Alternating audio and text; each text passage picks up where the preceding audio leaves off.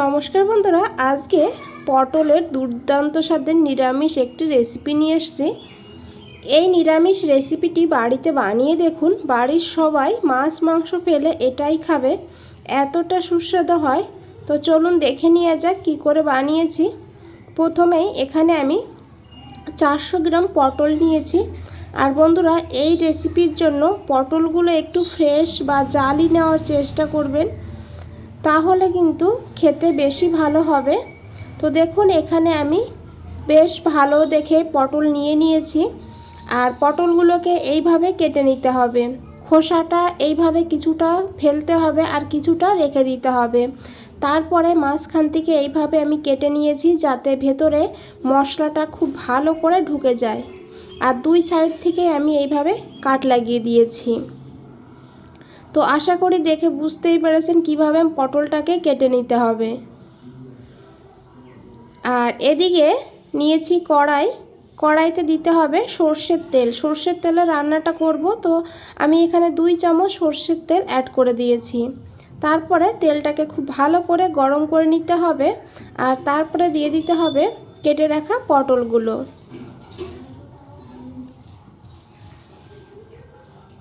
আর দিয়ে দিতে হবে অল্প করে একটু লবণ। এখানে কিন্তু হলুদের গুঁড়ো দেব না, কারণ হলুদের গুঁড়ো দিলে পটলটা ভাজার সময় তেলটা কালো হয়ে যাবে, আর ওই তেলে রান্না করলে তখন তরকারির কালারটাও কালো হয়ে যাবে। তো এইভাবেই খুব ভালো করে মিশিয়ে নিতে হবে লবণটাকে, আর পটলটাকে গোল্ডেন ব্রাউন করে ভেজে নিতে হবে। মাঝে মধ্যে একবার এইভাবে পটলটাকে ঢাকা দিয়ে ভেজে নেব, তাহলে খুব তাড়াতাড়ি ভাজা হবে আর পটলটা অনেকটা সফট হয়ে যাবে। তো দেখুন, কিছু সময়ের জন্য ঢাকা দিয়ে দিয়েছিলাম, আর ঢাকনাটা খুলে এইভাবেই নাড়াচাড়া করতে করতে পটলটাকে ভাজতে হবে। এখানে পটলটা কিন্তু কালার চলে এসছে, তো এইভাবে যে সাইডে ভাজা হয়নি সেই সাইডটা একটু উল্টে দিতে হবে, তাহলে সব সাইডটাই খুব ভালো করে ভাজা হবে। তো দেখুন বন্ধুরা, পটলটাকে ভেজে নিয়েছি, আর এখন এই পটলটাকে তুলে নিতে হবে। আর এই তেলের মধ্যেই আরও 1 চামচ তেল অ্যাড করে দিয়েছি। আর তারপরে দিয়ে দিয়েছি এখানে 1/2 চামচ পাঁচফোড়ন, একটা শুকনো লঙ্কা, আর দিয়ে দিয়েছি এখানে 2টো এলাচ, একটু দারচিনির টুকরো, আর দিয়ে দিয়েছি এখানে 2টো তেজপাতা। একটু ভেজে নেব মশলাটাকে হালকা ভেজে নেওয়ার পর এখানে দিয়ে দেবো আরও একটু মৌরি। এখানে আরও সামান্য একটু মৌরি দিয়ে দিয়েছি, কারণ মৌরির ফ্লেভারটা কিন্তু আমাদের বেশি দরকার এই রান্নাতে। পাঁচফোড়নেও মৌরি থাকে, তাও এক্সট্রা একটু মৌরি দিয়ে দিলে দুর্দান্ত হবে খেতে। তারপরে একটু ভেজে নেওয়ার পর দিয়ে দিয়েছি 1 চামচ আদা বাটা দেওয়ার পর খুব ছিটাবে, তাই ঢাকা দিয়ে দিতে হবে লো ফ্লেমে। ছিটানো বন্ধ হলে ঢাকনাটা খুলে আদাটাকে একটু ভাজা ভাজা করে নিতে হবে।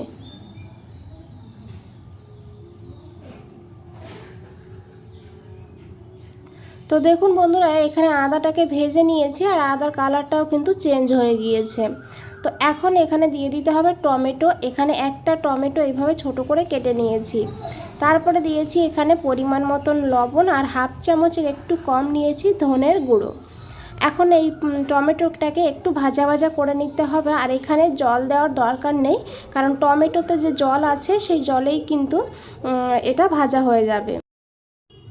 আর এখানে কিছু সময়ের জন্য টমেটোকে ঢাকা দিয়ে দিয়েছিলাম, কারণ টমেটো খুব তাড়াতাড়ি সফট হয়ে যাবে ঢাকা দিয়ে দিলে।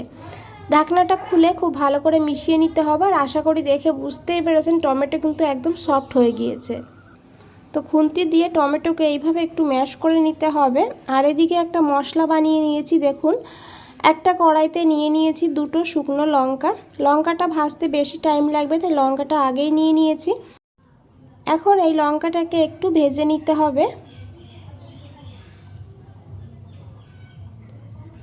আর তারপরে এখানে দিতে হবে 1 চামচ মৌরিটা এখানে অবশ্যই দেবেন, কারণ এই রান্নাতে কিন্তু এই মৌরির ফ্লেভারটাই কিন্তু দুর্দান্ত হবে, আর এর স্বাদটা অনেকটা বেড়ে যাবে এই মৌরি দেওয়ার কারণে।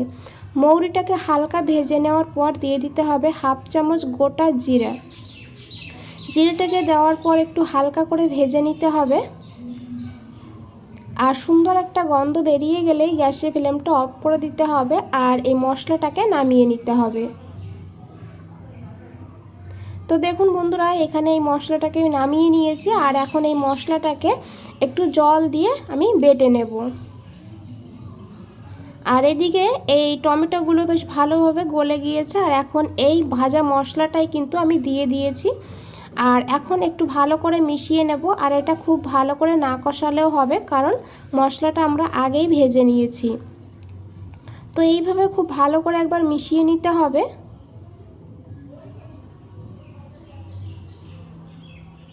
আর এদিকে মশলাটাও একটু ভাজা ভাজা হয়ে গিয়েছে। আর এখন এখানে দিয়ে দিতে হবে কিছু গুঁড়ো মশলা। প্রথমেই এখানে নিয়েছি হাফ চামচ হলুদের গুঁড়ো আর হাফ চামচ কাশ্মীরি লঙ্কার গুঁড়ো। কালারটা ভালো হবে তার জন্য, না চাইলে না দিলেও হবে। আর দিয়ে দিয়েছি অল্প করে জল। জলটা দিয়ে এখন খুব ভালো করে মিশিয়ে নেব। আর যত সময় না এই মশলা থেকে তেল ছাড়ছে তত সময় মশলাটাকে কষাতে হবে।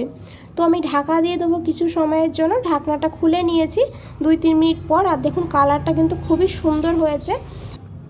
আরও কিছু সময় মশলাটাকে একটু কষিয়ে নিতে হবে। আর এদিকে মশলাটা কষাতে কষাতে আমি এখানে নিয়েছি ডাল। এখানে আমি ছোলার ডাল নিয়েছি 2 চামচ। ডালটাকে 1 ঘন্টা আগে খুব ভালো করে ধুয়ে ভিজিয়ে রেখেছিলাম। ডালটা কিন্তু অনেকটা নরম হয়ে গিয়েছে। এখন এই ডালটাকে আমি বেটে নেব। তো আমি এখানে ডালটাকে বেটে নিয়েছি। তো দেখুন এইভাবে বেটে নিয়েছি।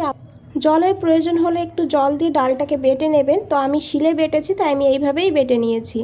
ডালটাকে এখন একটু ভাজা ভাজা করে নিতে হবে মশলার সঙ্গে, যাতে ডালের কাঁচা গন্ধ না থাকে।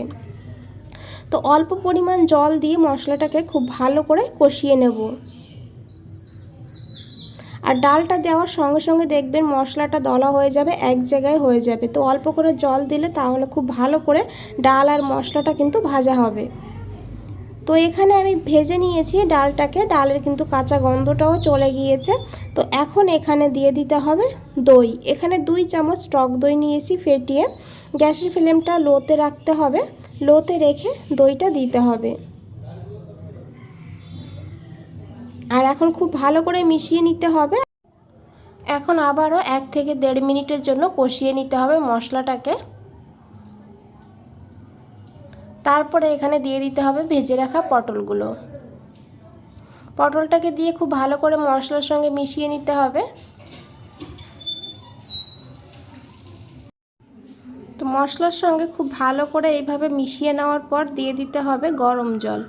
আর এখানে জলটা খুব বেশি দেবেন না আর খুব কমও দেবেন না। এই রেসিপিটা একদম মাখো মাখো হবে না আর একদম ঝোলও হবে না। তো এটা বুঝেই জলটা দিতে হবে। তো খুব ভালো করে মিশিয়ে নেওয়ার পর ঢাকা দিতে হবে। ঢাকা দিয়ে রান্না করতে হবে 5 থেকে 6 মিনিট লো ফ্লেমে। তারপর ঢাকনাটা খুলে নিতে হবে। আর এখন খুব ভালো করে একবার মিশিয়ে নিতে হবে। আর এই তেজপাতাগুলো তুলে ফেলে দিতে হবে এখন। আর বন্ধুরা, রেসিপিটা ভালো লাগলে অবশ্যই একটা লাইক দিয়ে দেবেন। আর নতুন বন্ধুদের বলছি, চ্যানেলটা এখনও সাবস্ক্রাইব করে না রাখলে চ্যানেলটা সাবস্ক্রাইব করে পাশে থাকুন আর আমাকে সাপোর্ট করুন, এগিয়ে যেতে সাহায্য করুন। তো দেখুন দিয়ে দিয়েছি একটু গরম মশলার গুঁড়ো আর দিয়েছি এখানে হাফ চামচ চিনি, 1 চামচ ঘি দিয়ে খুব ভালো করে মিশিয়ে নিতে হবে। তারপরে ঢাকা দিয়ে 1 মিনিট রাখতে হবে লো ফ্লেমে। তারপরে গ্যাসের ফ্লেম অফ করে স্ট্যান্ডিং টাইমে রেখে দিতে হবে 5 মিনিট। তো দেখুন এখানে আমি স্ট্যান্ডিং টাইমে 5 মিনিট রেখে দিয়েছি। আর এটা কিন্তু দেখতে অনেকটা লোভনীয় লাগছে, আর খেতে কিন্তু দুর্দান্ত হয় টেস্ট এর। একবার এইভাবে বাড়িতে বানিয়ে দেখুন, তারপরে আমাকে কমেন্টে জানান আপনাদের কেমন লেগেছে। বন্ধুরা, আজ তাহলে এই পর্যন্তই। ফিরে আসছি নতুন কোনো রেসিপি নিয়ে। ভালো থাকবেন, সুস্থ থাকবেন। আপনাদের সবাইকে অনেক অনেক ধন্যবাদ।